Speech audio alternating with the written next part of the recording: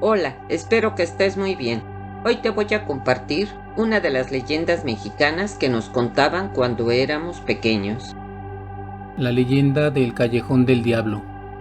En el pueblo de San Esteban de la Nueva Tlaxcala, fundado en julio de 1591 junto a la villa de Santiago por el capitán español Francisco de Urdiñola, el callejón, que con el tiempo se llamaría del Diablo, estaba formado por casas, huertas y solares pertenecientes a los nuevos colonos tlaxcaltecas que provenían de la región de Tizatlán.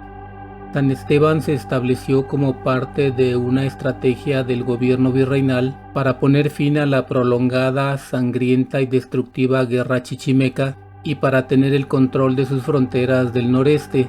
Los tlaxcaltecas eran cristianos y leales a los aliados españoles. Sin embargo, los nuevos pobladores de San Esteban a menudo tenían conflictos con los colonos españoles y criollos de la vecina villa de Santiago, quienes solían amenazarlos con quitarles sus terrenos. Debido a su extrema codicia, los españoles y los criollos se ubicaron en el nuevo poblado y un par de siglos después eran ya numerosos los que vivían como dueños o arrendatarios del lugar. Uno de ellos era don Juan de Solís, originario de la Villa Española. Se supone que don Juan era muy estimado por sus cualidades de hombre decente, cristiano viejo y súbdito leal de la corona española. Aunque contaba ya con 70 años, don Juan mantenía una complexión sana y robusta y estaba casado con una hermosa mujer bastante más joven que él. El matrimonio tenía un hijo de 18 años que estudiaba humanidades con los padres del convento de San Francisco. Como era natural para alguien de su edad, el joven estaba disfrutando de sus primeros e inocentes encuentros amorosos, aunque debo decirte que esos galanteos los hacía a espaldas de su padre, pero con el apoyo y protección de su querida y consentidora madre. En fin, podría decirse que don Juan de Solís debía vivir una vida bastante dichosa. Tenía firmes convicciones y una arraigada fe, de esas que en aquellos tiempos servían para enfrentar y superar cualquier adversidad. Tenía por esposa a una bella y hacendosa mujer y un hijo inteligente y de buen porte. Tenía buena fama y era estimado por sus vecinos. Y además tenía una modesta pero desahogada posición económica. Como puedes ver, tenía todo para ser un hombre dichoso, pero no era así. Desgraciadamente no era así. ¿Por qué? Porque este caballero español había sucumbido al más infernal de los tormentos que un hombre apasionado puede sufrir, el de creer que su esposa le era infiel y que traicionaba el inmenso amor que sentía por ella. Por si fuera poco, eso solo le traería deshonra y se convertiría en el hazmerreír de los demás. Todo este asunto comenzó con vagas sospechas surgidas de la nada. Por eso, don Juan se dedicó a espiar a su joven esposa, aunque nunca llegó a tener elementos para hacerle algún reclamo. Como era buen cristiano, confesaba sus culpas, y el sacerdote siempre lo exhortaba a que dominara esa insana pasión que, de no controlarse, le haría perder su alma. Don Juan lo intentó, pero sus sospechas eran más grandes que su arrepentimiento, y siempre recaía en esa enfermiza obsesión en contra de su esposa y de sí mismo. Cierta noche, después de las 8, el anciano caballero español caminaba de regreso a su casa. Era en época de invierno y, por supuesto, las calles estaban oscuras y solitarias y todas las puertas y ventanas de las casas permanecían cerradas. Pues sí, don Juan caminaba cabizbajo y pensativo. En su imaginación daba vueltas y vueltas a sus terribles sospechas y generaba incontables proyectos de venganza. Estaba tan obnubilado que apenas podía sortear los baches y las piedras del arroyo. Sin embargo, pudo percatarse de que alguien venía detrás de él. Se detuvo de manera repentina y echó mano de su espada. No sabía quién era ese individuo y debía preservar su seguridad, así que no estaba de más tomar ciertas precauciones, sobre todo en medio de esa callejuela solitaria y envuelta en penumbras. Aquel desconocido alcanzó a don Juan le saludó con respeto y amabilidad y siguió caminando a su lado. Ese desconocido era un tlaxcalteca, ya entrado en años, que vestía modestamente como cualquier tipo de clase trabajadora. «¿Quién eres?», le preguntó don Juan. «Blas Cázares, servidor de su merced». «Gracias», replicó don Juan. Blas Cázares prosiguió: «Conocí al abuelo y al padre de su merced, y veo muy seguido al niño don Juan, que, a decir verdad, es el vivo retrato de su abuelo, y eso me hace recordar lo bueno que era ese caballero, no agraviando a lo presente. Siempre he guardado un gran cariño por la casa de su merced. Te lo agradezco y tengo un gran gusto de haberte conocido. Pero, ¿qué haces aquí a estas horas de la noche? ¿Acaso vives en este barrio? Voy a encontrarme con un amigo y después iré a mi casa, que es la de su merced, allá por el callejón de los Tejocotes». Mientras platicaban, continuaron caminando y llegaron a la esquina que forman la calle del Mezquite, que después fue conocida como calle de Pérez Treviño, y el callejón cuyo nombre original se ignora y después se le llamó del Diablo. «Volveremos a vernos», dijo don Juan mientras se despedía con un ademán del tlaxcalteca. «Antes de separarnos», insinuó Blas Cázares bajando la voz, «quiero decirle a su merced algo que le interesa». «A ver, dime». «Su merced piensa con insistencia y sufre porque cree que su esposa lo engaña». «¿Cómo te atreves a hablarme de esa manera?», exclamó don Juan con tono severo y altivo. «Porque quiero a su merced y deseo hacerle un servicio. Dentro de 4 días le mostraré pruebas claras de si se equivoca o si no se equivoca». La promesa de tener al fin alguna certidumbre, ya fuera en un sentido o en otro, tuvo para el celoso don Juan una atracción irresistible.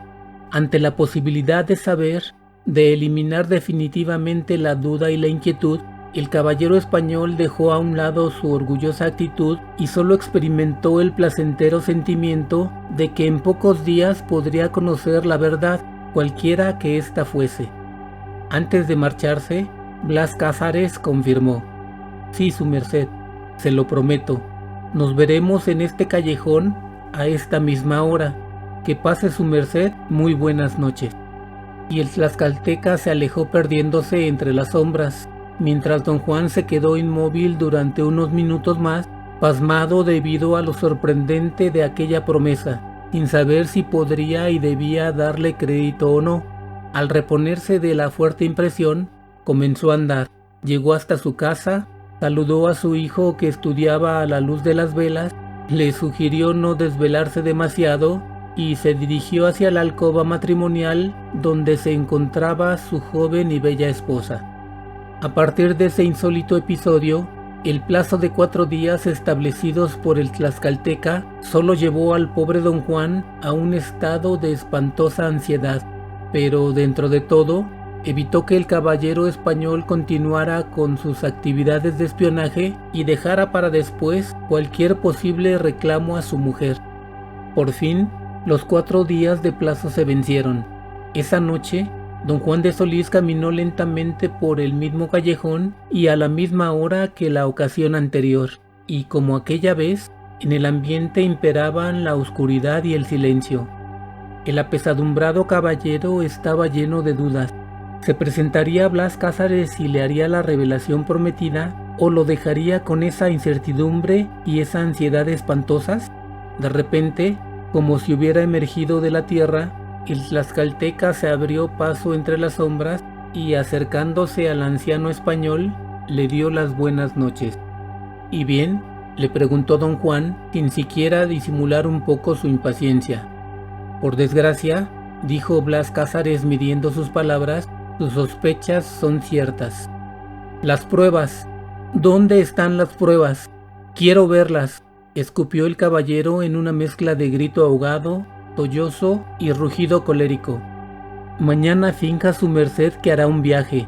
Vuelva en la noche y ocúltese en algún lugar cerca de su casa. Entre las 12 de la noche y la 1 de la madrugada, verá llegar a un hombre cubierto con una capa larga y calzando un sombrero de alas anchas. Cuando el hombre esté llamando suavemente a la puerta, podrá su merced, si es su deseo, cobrar la debida venganza. Volveremos a encontrarnos. Apenas terminó de hablar, el tlaxcalteca se apartó de inmediato de don Juan, quien ni tiempo tuvo de hacerle una pregunta. «Escucha, espera», le gritó, mientras comenzó a caminar en persecución de Blas Cázares, pero este, al doblar la esquina, como por un acto de magia o de algunas malas artes, desapareció. A la mañana siguiente, don Juan de Solís partió rumbo a Santa María de las Parras, donde desempeñaría una comisión oficial, pero antes le avisó a su mujer que regresaría en una semana. Como parte de su engaño, apenas salió del poblado, en vez de seguir adelante, el caballero español se adentró en un bosque de huizaches que estaba a la orilla del camino. Buscó un lugar adecuado para esconderse y tender su capa. Luego, se tumbó entre las hierbas para esperar la llegada de la noche y, mientras tanto, hacer 1001 elucubraciones.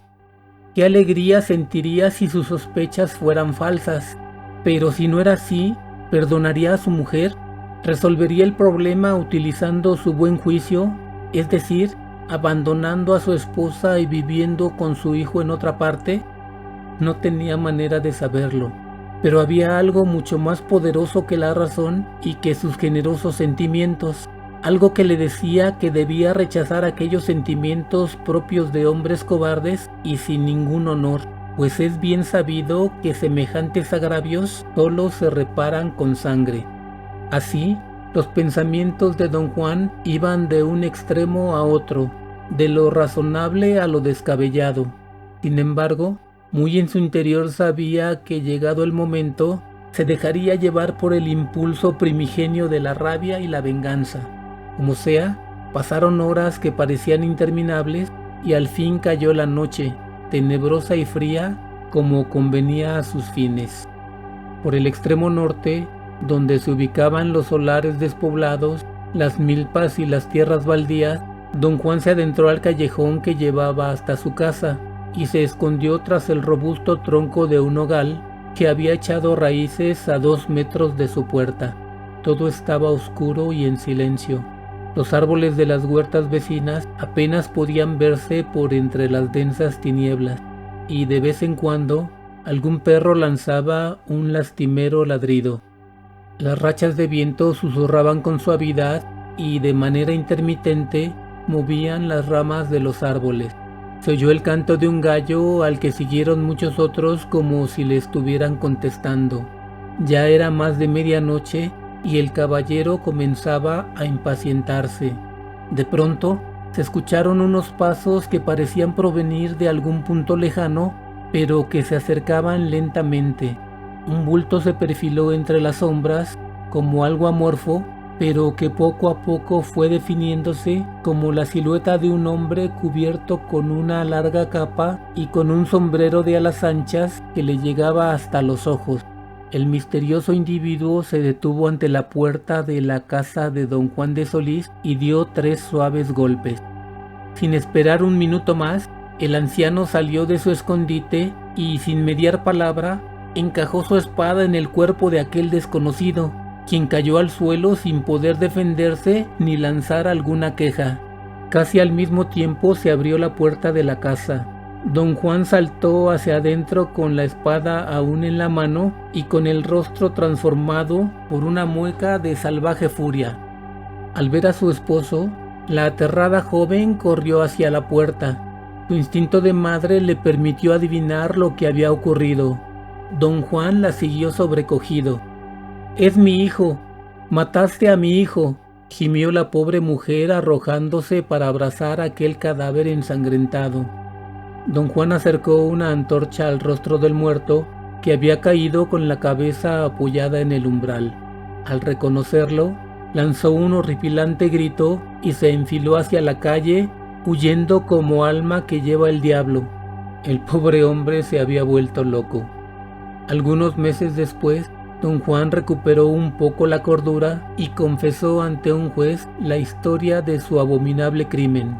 Sin embargo, se comprobó que ninguna persona de nombre Blas Cázares había vivido en el pueblo de San Esteban o en la villa de Santiago de Saltillo. ¿Un nombre inventado? Quizás.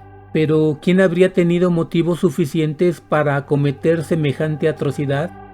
Por supuesto, mucha gente creyó que había sido el mismísimo diablo quien, celoso de las virtudes de don Juan de Solís, le preparó esa espantosa trampa, y nadie dudó que el demonio merodeaba por aquel callejón que desde entonces fue bautizado con su nombre, el Callejón del Diablo. ¿Continuará el diablo frecuentando aquel oscuro y solitario callejón? Seguramente no, pues es poco creíble que se encariñe con tan pequeña posesión cuando en los tiempos actuales es amo y señor de casi todo el mundo. Espero la hayas disfrutado. Si te gustó este video, por favor compártelo. Si le das me gusta y te suscribes a mi canal, me ayudas a crear más contenido. Muchas gracias.